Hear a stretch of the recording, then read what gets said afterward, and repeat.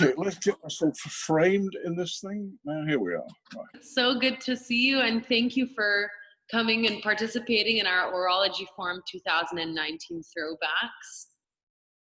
I couldn't resist. I have to say that the actual forum in Dubai last year was the best horological event of that year. And it may be the last horological event ever to happen in the world, the way things are going. Thank you. You're here, you, James Dowling, as a watch expert and Rolex expert. I introduce myself as a watch nerd. Watch nerd. So our watch nerd / expert, James Dowling, I'm about to play to you certain statements you made during your panel, Caveat Emptor and his money mouth. That was the name of the panel, which you obviously recall. And I have questions as per these different statements ready. There's a couple of other things that we have to think about too, is that when somebody goes online to research the purchase of a watch, not only do they get a list of options where they can buy them, they get an even bigger list of opinions about it. And I sometimes think that the online experience could actually be more confusing rather than reassuring. Okay, so in light of that, of your statement you just made, well, now that we are sequestered to mainly online, more or less, what do you observe as the typically traditional commercial watch market has had time to forcibly adapt to digital? I think that the industry itself is segmented. That there are the manufacturers, there are the official retailers, there are the now quite substantial online retailers who are not part of the official network and usually sell pre-owned pieces.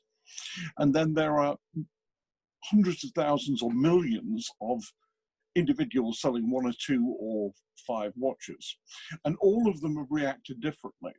And it's like the time of the extinction of the dinosaurs. The biggest ones have been the slowest to move, and the smallest ones have been the fastest to move. And I think what we're seeing now is a movement from the big groups of jumping onto the bandwagon of joining the, the way the Siddiqui have joined up with Watchbox, the way that Richemont have bought Watchfinder. We're seeing them realizing that there is profit to be made in an area which isn't direct sales or official retailers, but through what I would describe as the parallel market. So what we're seeing is a tremendous amount of gradual change. And I think that the big guys are realizing that for them, these are difficult times. Look at the changes that are happening now in Richemont. Look at the management changes that have been happening in the Swatch Group. The Swatch Group's interesting. It's been the slowest of the big guys to react to the whole internet thing. And it's going to be very interesting to see what happens there. Well, Siddiqui actually partnered or began this joint venture with Watchbox before COVID crisis hit. Oh, I know that, yes. My question was, what I meant by now that we're sequestered mainly online, I should have been clearer. Now that we're sequestered online due to COVID, in this crisis state that we're all in, what has forced what is largely such a traditional watch market, what have you seen them forced to change as per what you stated last year about how the methods of online selling and so on are so confusing because there's so much information out there online. So how do you see them having to adapt now, because now they have to rely on online? That's what I meant. Okay. the answer is exactly the same, but it's rephrased slightly. The simple truth is that as I explain the difference in the various segments, once again, the big guys have been the slowest to change, and the smaller ones have capitalized on this. And I look at small manufacturers like MB&F and so on, not only going online with pre-owned product, but also allowing their retailers to come in with them on pre-owned product. So I think the smaller manufacturers are going to have to be much more creative about this, because they don't have, it looks like for many of the small manufacturers, their one big sales opportunity of the year, the Basel World or the SAHH, have vanished now, and it looks like the whole show business of watch shows is fragmenting. From what I see now, I think there are now 6 potential shows for next year. I see the smaller manufacturers getting very much into online and using it as now their primary sales tool. Okay, so for you, the real life part of it, as in the shows and stuff, have all been abolished, and it's confusing for you as a consumer because all the information out there is so overwhelming, if I'm not incorrect, and that's what I interpreted from what you said. They can't rely on these shows like Baselworld and so on, or as of now, from now to the unforeseeable future. They can't rely on those. You yourself face such difficulty discovering a watch online. Right now, they're forced to be online more so. They're forced to rely on online all the more. How do you see them adapting to that? And you said that the big dinosaurs are slow to adapt, and the small brands, are more creative and have more leeway. Do you see anything else that would, like a solution, or are you still as perplexed and flabbergasted as you were last year by their online method? I don't see any real change in how the manufacturers are handling the internet. And the biggest problem with the internet when you're researching watches isn't that there is too much information. It isn't that there's even too little information. It isn't that there's the correct amount of information. It's that there is a certain amount of information, but there is 17,000 times as much opinion. And so much opinion is, I'm looking at the case of the Code 1159, where when it was launched last year, the internet was swamped by people who said, oh, this is terrible, yada, yada, yada. But not a single one of those people had seen it. It was just looking at a picture on a screen or on a phone and jumping to a decision without any attempt at looking at the piece, looking at construction of it, and looking what it represented, anything like that.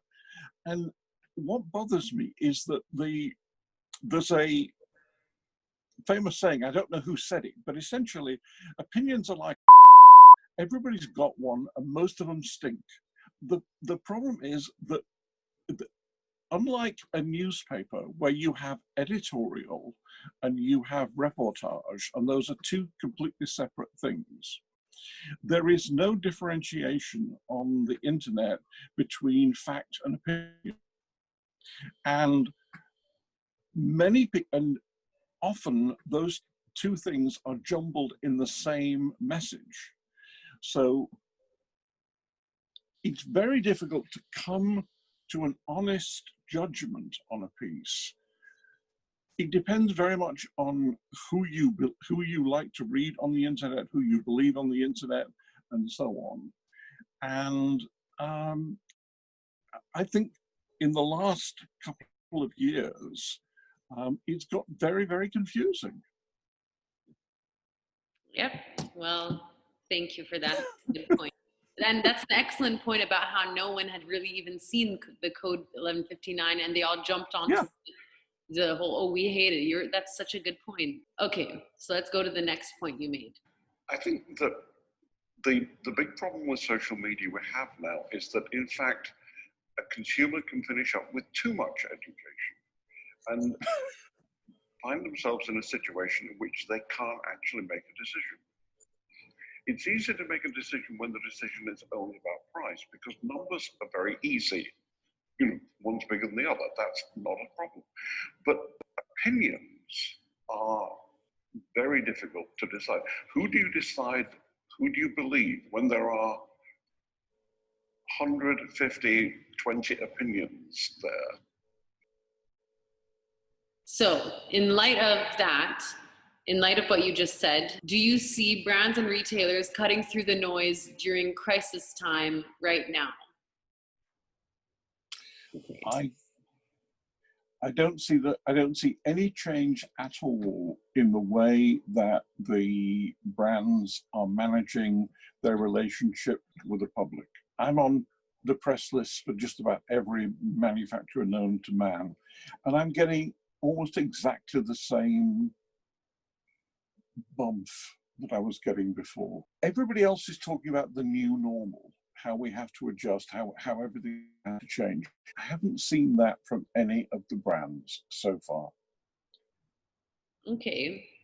What is interesting is, for example, I think the only watch I've bought since the onset of COVID has been the new Ikipod.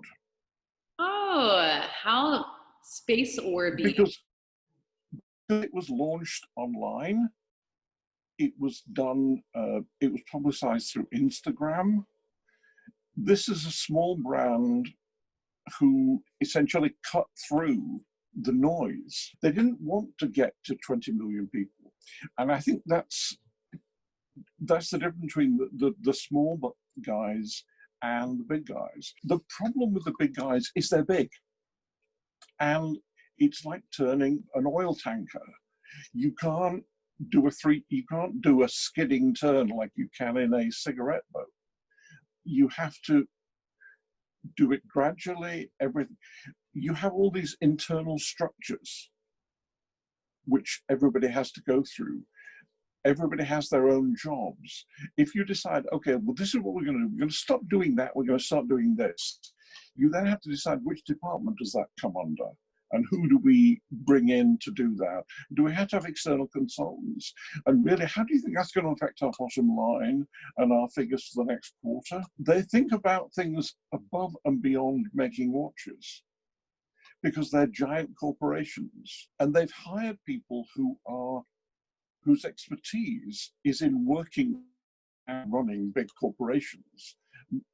Very few of the large watch groups now have watch people running them. I've heard that, yeah. Now let's go to the next point. Neglecting is the other half of the market. The other half of the market is in used watches, and that market is developing at a huge rate. It's becoming commercialized to a very large extent. We're seeing the partnership between Siddiqui and Watchbox. We're seeing the sale of Watchfinder in the UK to the Richemont Group. And what was pretty much a wild west in the used watch market is now become very formalized and structured. And I think it's important to realize how vital the second-hand watch market is to the new watch market. Okay. Do you think that that is more or less true now in today's crisis mode, as in the second-hand market is vital for the primary market? And where do you see the most agility going on in this never-before experienced situation that we're in? Before all of this happened, I had lunch with the CEO of one of the biggest watch retail groups in the world. And he was saying to me that his biggest selling brand in all of the shops they had was Rolex. And the second biggest brand they had was used watches. And he said, given the choice, he would much sooner be selling used watches. And I asked why. And he said, it's very simple. If I want to sell a new, if it's a popular brand, anything from Rolex, Breitling, Omega, any of those, I am constrained by the manufacturer. I have to give them a certain percentage of window display. I have to limit my prices. I have to not put the product next to their major competitor. I have all sorts of limitations on what I can actually do to sell that product. With used watches, I can do what the heck I want. And I can charge what the heck I want. So in all honesty, he'd sooner be selling used watches than new ones. I think that for many of the big retailers, I think that used is going to become much more of a sustaining line to their, it'll be one of the biggest arrows in their quiver. And I think this is happening for a number of reasons. It's not just that the manufacturers and the big retailers are getting into it in a large way and it's becoming more structured. I think it's that, particularly with men, they are moving away from the thing of having just one or two watches. People are thinking about, people are thinking of watches in the way that they usually think of cars. And they keep them for 2 or 3 years, flip them, and get something else. And so it used to be that a watch, you got a watch for your 18th birthday, your university graduation, your 21st birthday, your marriage, your 25th wedding anniversary. It represented something important. It represented a particular point in your life, and that you celebrated it. And that every time you looked at your wrist, you were reminded of that. It isn't like that now. They're not exactly the same as socks, but they're becoming to a point in which they are another purchase that you make a temporary need rather than a sustaining need. Okay, got it. Now let's go to the next and final point that you made. Let's go. I think the manufacturers are producing absolutely the right number of watches. The only thing that needs to change is the price at which they sell them. In other words, the manufacturers perhaps should do what the US Treasury did with the dollar and let it float. In other words, that it's an open market, that essentially client walks into the store, makes an offer, and the dealer either accepts it or rejects it, makes a counter offer. So what about now? I think that what I said then is actually more relevant now than it was then. Right now, retailers find themselves in a situation. If you are a Rolex or a Patek dealer or a Audemars dealer, you will have in stock 75 pieces from the brand. Of those 75 pieces, 15 or 20 you could sell a dozen times over. The rest of them will have some difficulty in moving. They will sit around for a while. They will find a buyer, but they will sit around for a while. And you might have to offer a bit of a discount to move them.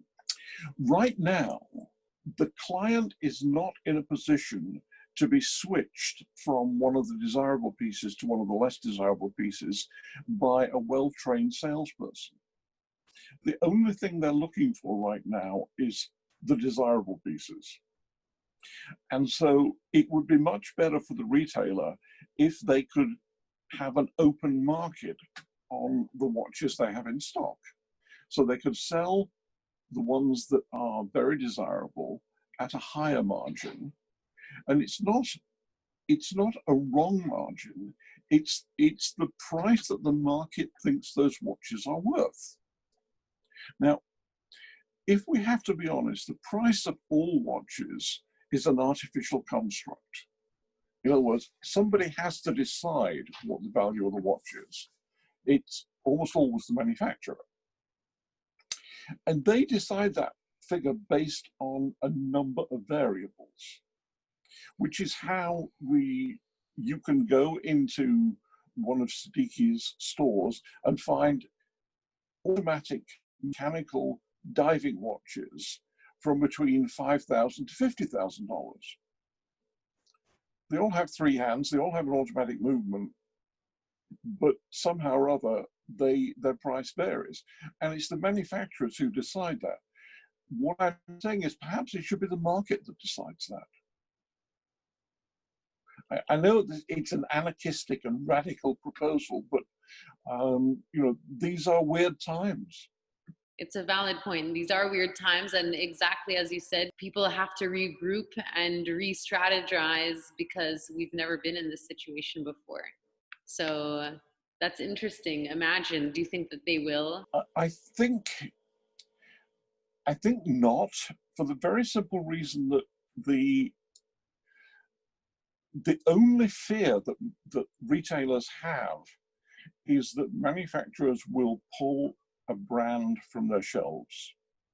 They will, and right now, the quickest way to get a manufacturer to strike you off the list of registered dealers is to play about with the price list that the manufacturer sets. And the way it stands, if you're selling a desirable watch, the manufacturers have all the power. If you're selling an undesirable watch, the retailers have the power. But nobody really wants to have a shop full of essentially undesirable watches. Yep.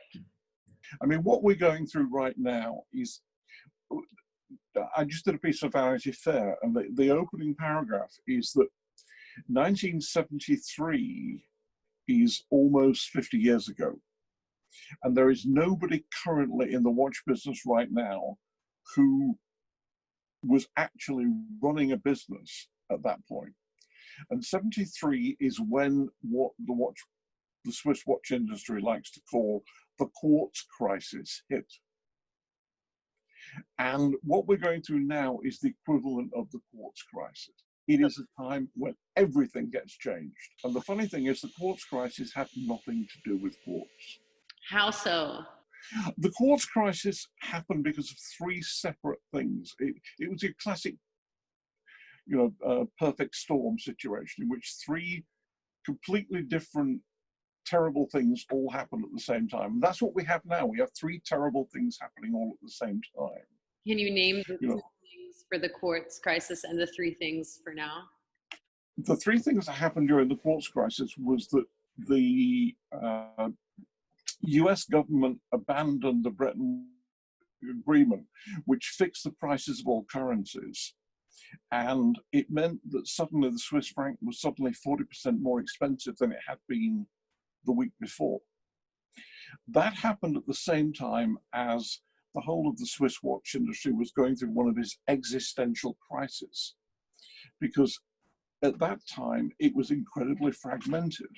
It was lots of small businesses, lots of small companies. One company made hands, one company made winders, but there wasn't just one company making winders, there were 25. They were all different ones. There were too many little companies. And the third thing that happened, this was a financial crisis, and the Swiss watch industry had gone through financial crisis every 30 or 40 years. And the only way they handled it was for the cantonal and the national governments to put them into bigger and bigger groups. And so when the crisis happened in 73, there were two groups. There was a watchmaking group in the French part of Switzerland and a watchmaking group in the German part of Switzerland. And what the government did was they put them all together, and that formed the Swatch Group. But the problem was that it wasn't that the groups themselves were big, it was that there were lots of little people, and those little people were all run as family businesses, and they were essentially unstable. They were not financially stable. So when you compare that to the Japanese manufacturer, which was completely, totally integrated because they had no external suppliers. And the fact that the Japanese yen was, the rate that it was floated to after the Bretton Woods Agreement was 200 or 300 yen to the dollar. It meant that suddenly Japanese watches, which were actually mechanical watches, they weren't quartz.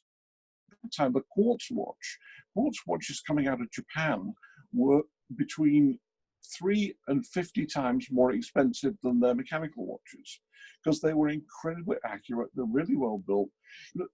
In 74, Seiko was making watches that were accurate to 10 seconds a year, and they were the price of a small car.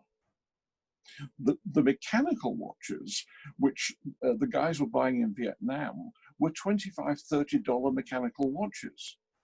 At the time when Switzerland was trying to sell $500,000 watches. That's what happened. And what about now during Corona crisis? Okay, three things have happened. In chronological order, it was that the pro-democracy protests in Hong Kong destroyed the Hong Kong watch market, which was the biggest watch market in the world. Hong Kong, more watches were sold in Hong Kong. I think 20% more watches were sold in Hong Kong than in the whole United States. And that business was mostly visitors from mainland China, because mainland China has a high luxury tax. But if you came across the border, bought it in Hong Kong, there was no tax, you could negotiate on the prices. So that's where their watches went. But the pro-democracy prices stopped people coming across the border. It closed lots of streets. It forced retailers to close. So that market dropped off by a massive percentage, 40, 50%. Then what happened was the cancellation of Basel IHH, then COVID.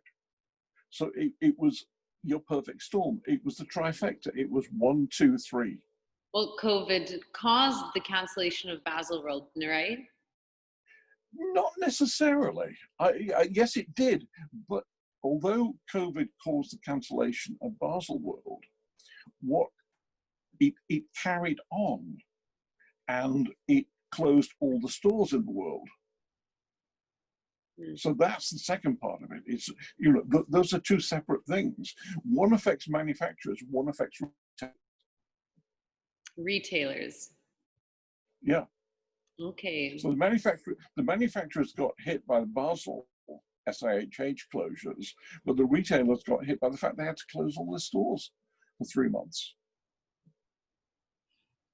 Thank you for that history lesson. You taught me a thing or two or three about the Quartz Crisis back then, and I didn't know that the protests in Hong Kong, I didn't know that would have, an impact on watch buying, but that makes sense. In any, chaotic situation, the luxury market suffers.